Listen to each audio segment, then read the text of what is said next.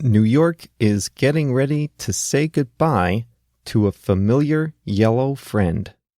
Welcome to Plain English, the podcast that goes at the right speed for English language learners. Listen now and read the transcript online at plainenglish.com. Now, here's Jeff, your host for today's episode. Welcome to Plain English, episode number 60 for June 29th, 2018. I'm Jeff, and you are listening to the program that goes at the right speed for English learners. New York City is gearing up to change the way you ride the subway. The ubiquitous yellow magnetic cards called MetroCards are going away. At the end of the episode, we'll talk about the twin phrasal verbs, phase in and phase out. Remember, you can get the transcript of this episode online at plainenglish.com/60, and you're in luck if your first language is Japanese, French, Chinese, Spanish, or Portuguese, because we have translations of key words and phrases from English into your language. All that is available for free, like always, at plainenglish.com/60. If you've ever been to New York, chances are you've taken the New York City subway, the underground and above ground network of 25 train lines covering 472 stations and 665 miles. It runs 24 hours a day and carries 5.7 million riders each weekday. It's how New Yorkers get around in a city where it's so expensive to have a car, and there's nowhere to park even if you did have one. And every day, those millions of people all do the same thing. They pull out a bright yellow plastic card with a magnetic strip, and they swipe it at the turnstile in order to get into the system.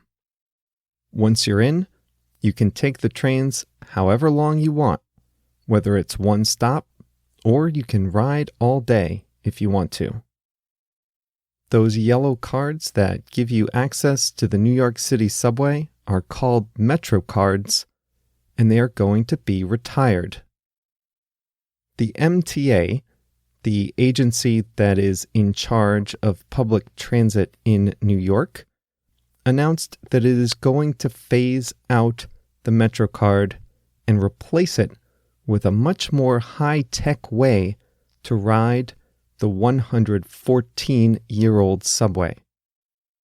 The new system doesn't have a name yet, but you'll be able to pay by your smartphone, your credit card if it has a contactless feature, or a new type of card that will make boarding faster. With the new cards, it will be easier to manage your balance. Right now, if you run out of money on a MetroCard, you need to stand in line at a vending machine and reload it.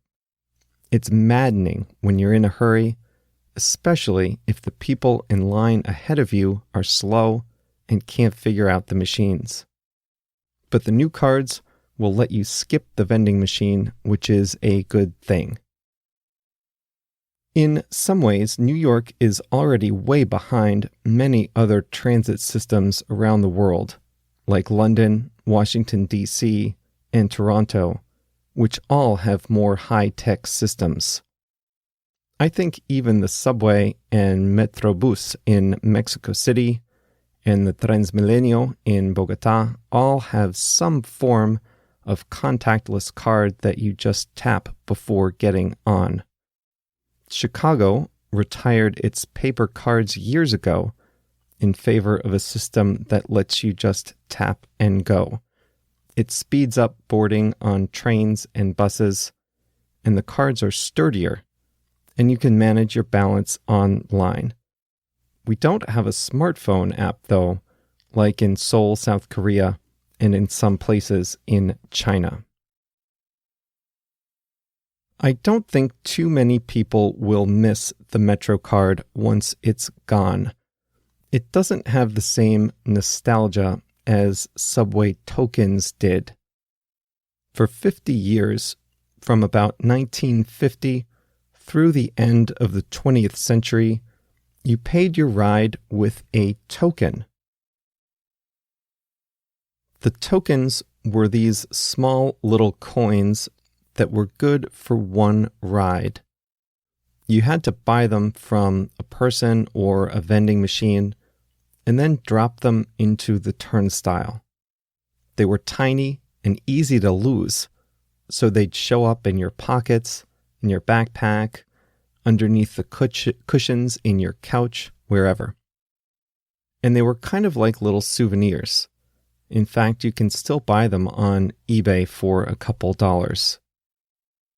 One thing that will change will be the subway swipe scams. In the age of the token, you could fool the system with counterfeit coins called slugs. They didn't look anything like the regular tokens, but based on the size, weight, shape, and composition, you could make a fake subway token for less than the cost of a ride. That all went away in the era of the MetroCard, but New Yorkers are nothing if not resourceful, so new scams popped up. Today, at certain stations, you see people selling swipes.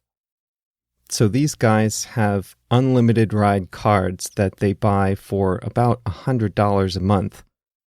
And then they stand outside the entrances of subway stations and offer to sell people a swipe, by which they mean they'll swipe their own card and let you go through the turnstile. You pay them $2 in cash instead of the $2.75 it costs for a legal ride.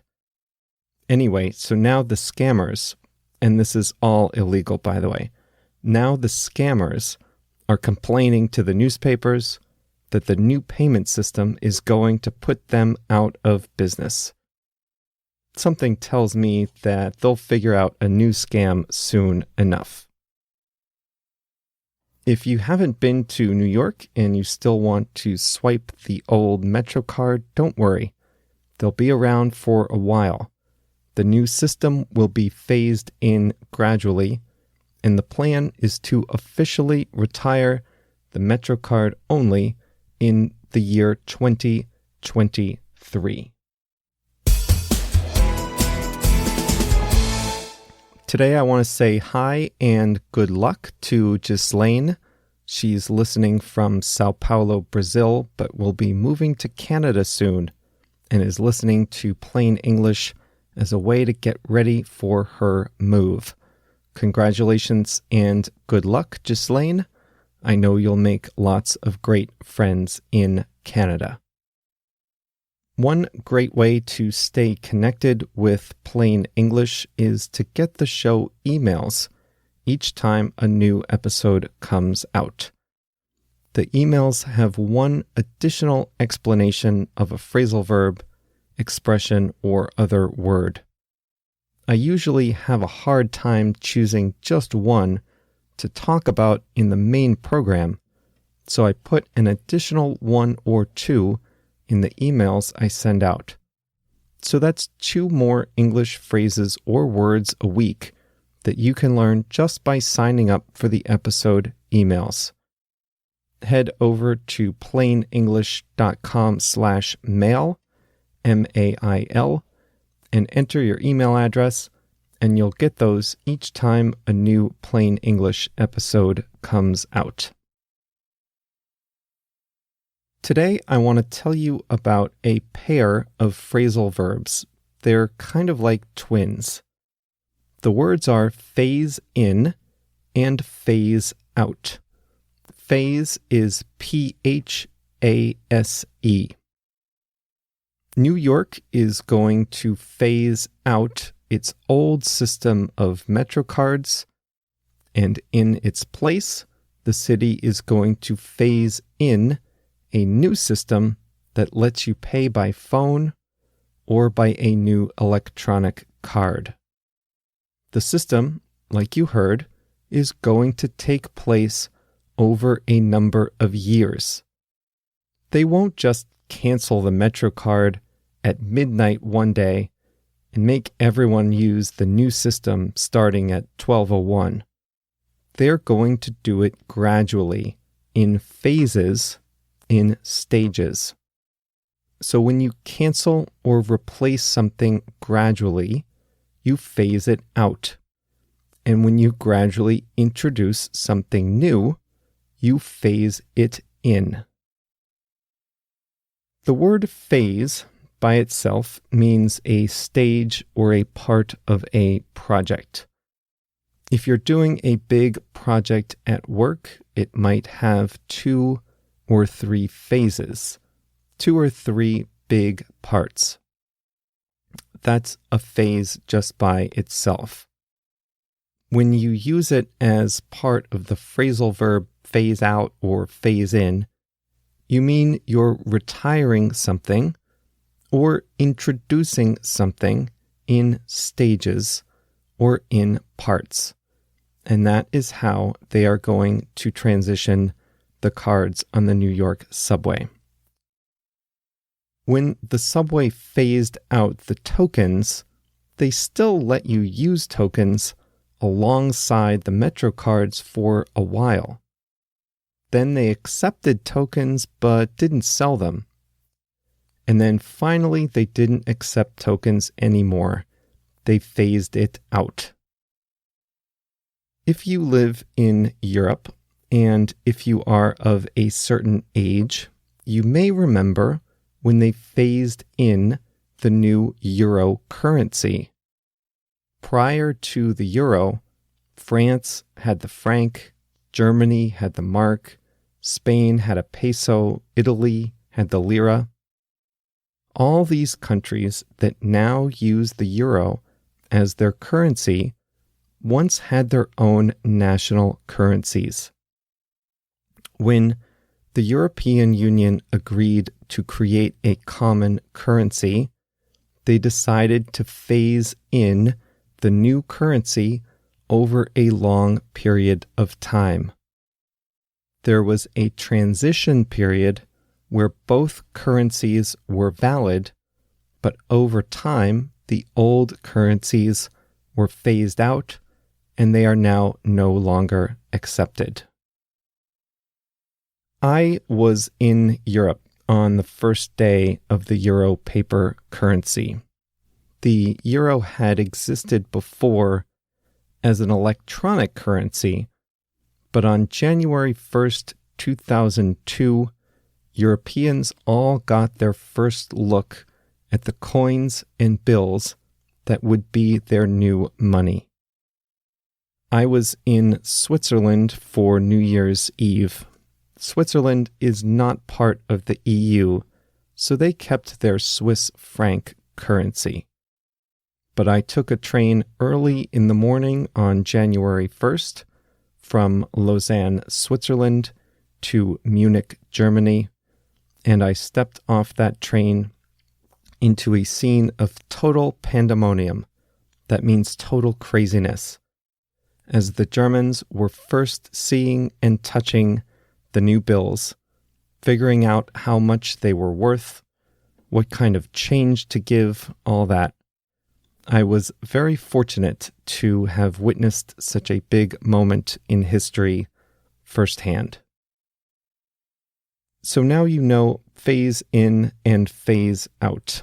I'm not sure how I turned a story about retiring the MetroCard into such a long episode, but I did. I hope you enjoyed learning a little more about the details of daily life in New York.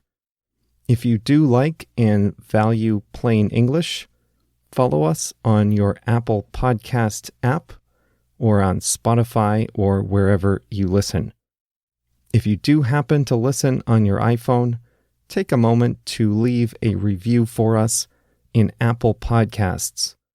The more reviews we get, the more people will be able to discover plain English for the first time. Remember, JR and I will be back on Monday with another World Cup special episode. I hope you'll join us then.